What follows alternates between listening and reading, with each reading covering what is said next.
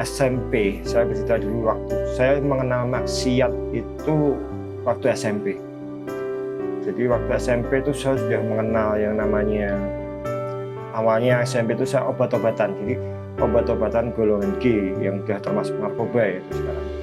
Terus SMA itu saya akhirnya karena narkoba itu banyak konsumsi narkoba berbagai macam jenis saya konsumsi sampai di pencernaan saya itu dibedah karena membusuk gitu. Saat itu saya lepas dari SMA, hidup saya itu karena saya senang bermusik, jadi hidup saya itu dari studio ke studio, tidur saya itu dari studio ke studio, sampai saya nggak pernah namanya pulang di rumah itu nggak pernah. Akhirnya saya mendengarkan sebuah tausiah itu, terus siapa lagi saya harus minta pertolongan saya. Karena saat itu saya minta tolong sama manusia gitu, percuma saat itu.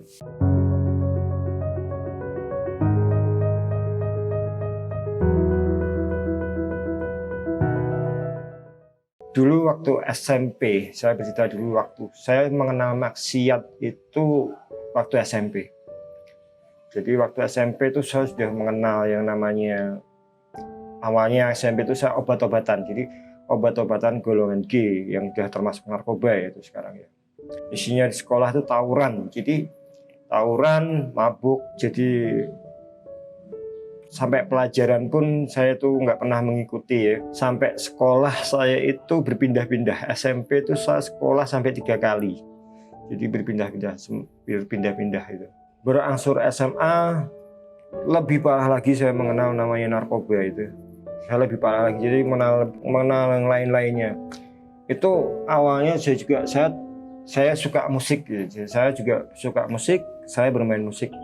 Saat itu influence musik saya itu Nirvana. Nah, terus Nirvana itu dengan dedengkotnya itu Kurt Cobain itu, dengan gaya hidupnya yang morfinis segala macam itu saya ikuti. Jadi saya ikuti. Jadi gaya hidupnya saya ikuti. Terus SMA itu saya akhirnya karena narkoba itu banyak konsumsi narkoba berbagai macam jenis saya konsumsi sampai di pencernaan saya itu dibedah karena membusuk gitu. Saya dioperasi. Setelah saya sembuh dari operasi pembedahan itu, saya masih bermaksiat terus, masih make, masih menzolimi orang, saya masih berbuat kemaksiatan, malah lebih banyak mungkin ya.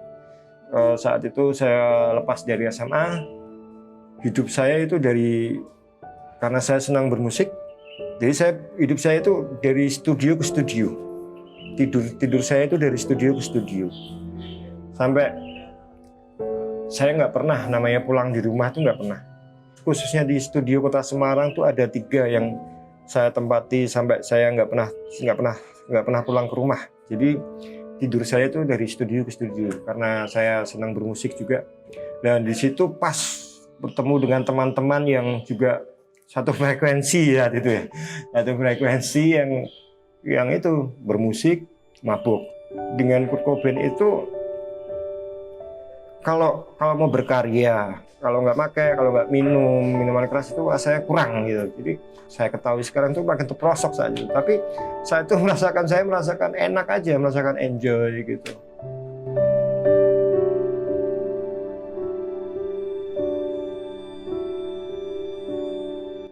Suatu ketika saya menikah. Ternyata dengan menikah itu tidak memperbaiki cara hidup saya gitu, tapi malah semakin menjadi, karena di situ saya sudah sedikit mapan, saya terus akhirnya masih bermusik juga gitu. Saya juga kadang saya bikin event-event musik gitu bersama teman-teman itu, ya itu tetap dengan minuman, tetap dengan narkoba, terkadang juga menzolimi orang karena untuk mendapatkan itu kan gitu. Karena untuk mendapatkan narkoba atau minuman itu kadang saya tuh menzolimi orang, begitu banyak orang yang saya zolimi gitu. ada suatu cerita dulu saya bikin acara amal. Satu niatnya baik kan, atau acara amal itu waktu kalau nggak salah itu terakhir saya bikin acara itu amal peduli Palu kalau nggak salah. Waktu itu bencana di Palu itu terakhir saya bikin acara untuk Palu itu. Untuk Palu itu saya masih jadi acaranya amal, tapi tetap itu narkoba, minuman segala macam, masya Allah tetap aja jalan. Jadi percuma gitu kan kalau dihitung amal, kalau saya berpikir sekarang itu percuma kan gitu. Jadi makanya saya itu terus sampai akhirnya keluarga saya hancur gitu. Jadi saya berpisah. Saya masih bermaksiat. Saat itu mungkin saya masih semakin frustasi, tapi malah tidak mendekatkan diri kepada Allah, tapi malah terus bermaksiat, malah lebih lagi, masya Allah. Sampai akhirnya saya berhadapan dengan pihak berwajib ya itu. Setelah saya keluar pun dari penjara itu, saya masih bermaksiat saja. Sampai saya masih mendambakan cita-cita saya yang dulunya punya keluarga rock and roll gitu, punya istri yang rock and roll juga. Itu saya dapetin saat itu tanpa menikah gitu. Kehidupan itu saya dapetin. Jadi saya bermain musik, kehidupan saya narkoba, dan saya punya teman wanita juga rock and roll yang seperti saya harapkan gitu.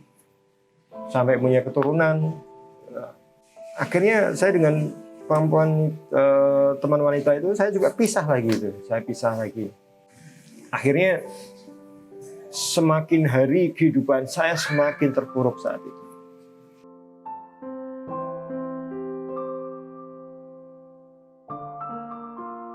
Sampai akhirnya mungkin yang dinamakan di bawah -0 gitu ya. Bukan 0 lagi tapi -0 gitu. Terus sampai saya ketemu orang itu tidak ada kepedean sama sekali gitu, nggak ada kepedean sama sekali. Sampai saya itu ketemu orang malu karena kezaliman saya, pekerjaan hilang semua itu lah. Pekerjaan hilang, udah nggak bisa apa-apa lah, udah nggak bisa apa-apa. Dan sekarang di rumah sendirian saat itu, wah sudah nggak ada teman, keluarga sudah menjauh semua.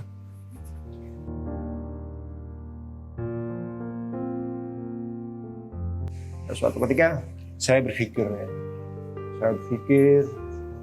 mau saya keluar rumah aja nggak berani gitu, karena kemaksiatan, kezaliman saya itu. Sampai saya keluar rumah itu saya nggak berani gitu. Nggak tahu kenapa saya nggak berani, saya nggak tahu apa yang harus lakukan gitu, nggak tahu gitu. Akhirnya saya mendengarkan sebuah tausiah itu, terus siapa lagi saya harus minta pertolongan. Karena saat itu saya minta tolong sama manusia gitu, percuma saat itu. Membuat malu saya sendiri kalau saya minta pertolongan dengan manusia saat itu. Akhirnya saya mentok, saya minta pertolongan sama Allah. Saya sholat, walaupun saya sebenarnya sholat itu saya belum tahu maknanya gitu, belum tahu apa gitu. Sholat itu untuk apa gitu. Yang hanya saya tahu, sholat itu saya hanya menyembah Allah gitu, saat itu menyembah Allah gitu aja. Dan suatu ketika saya ketemu dengan teman saya yang dulunya satu sel di penjara, satu sel yang sedangkan dia sudah, masya Allah, sudah berubah, sangat berubah kehidupannya. Yang dulunya juga ahli maksiat, tapi malah sekarang yang menarik orang-orang untuk menjadi lebih baik, untuk mengenal Allah gitu. Saya diikutsertakan saat itu. Saya disuruh ikut untuk taklim bersama dia. Taklim itu tujuannya untuk mengenal Allah. Siapa sih Allah itu? Seminggu 2 kali itu saya ikut taklim itu, baru saya mengenal Allah. Siapa tuh Allah? Apa perintahnya yang sebenarnya? Apa larangannya? Saya berusaha untuk melakukan apa yang diperintahkan Allah dan apa yang menjauhi semua larangannya. Sampai saya pun meninggalkan teman-teman yang yang dulunya sering kumpul bareng minum, make, bersenang-senang. Akhirnya pun lambat laun ada perubahan dalam satu, ada perubahan tentang mental saya. Alhamdulillah mental saya terbangun. Sudah agak sedikit pede ketemu dengan orang, ketemu dengan saudara gitu, agak pede gitu, walaupun masih mungkin notabene masih susah kehidupan saya, tapi alhamdulillah hati saya tenang gitu. Jadi saya bersyukur, dan saat itu saya disupport dengan ponakan saya alhamdulillah sudah jauh dulu, dia sudah belajar taklim itu, mengikuti belajar taklim terus mengenal Allah tuh. Ponakan saya akhirnya juga mensupport saya terus untuk berjalan di jalan Allah. Ya sampai sekarang pun saya bersyukur gitu. Saya sudah sedikit banyaknya saya sudah tahu siapa itu Allah, siapa yang menciptakan kita berserta alam dan sisinya ini. Karena kematian itu kita nggak bisa tahu kapan datangnya, terus apa saat kita mati, terus apa gitu, kita mau apa, apakah kita tahu bahwa neraka, kalau surga itu ada loh, jangan salah. Surga itu untuk orang-orang yang bagaimana, dan neraka itu untuk orang-orang bagaimana. Assalamualaikum warahmatullahi wabarakatuh. Nama saya Agung, umur saya sekarang 41 tahun.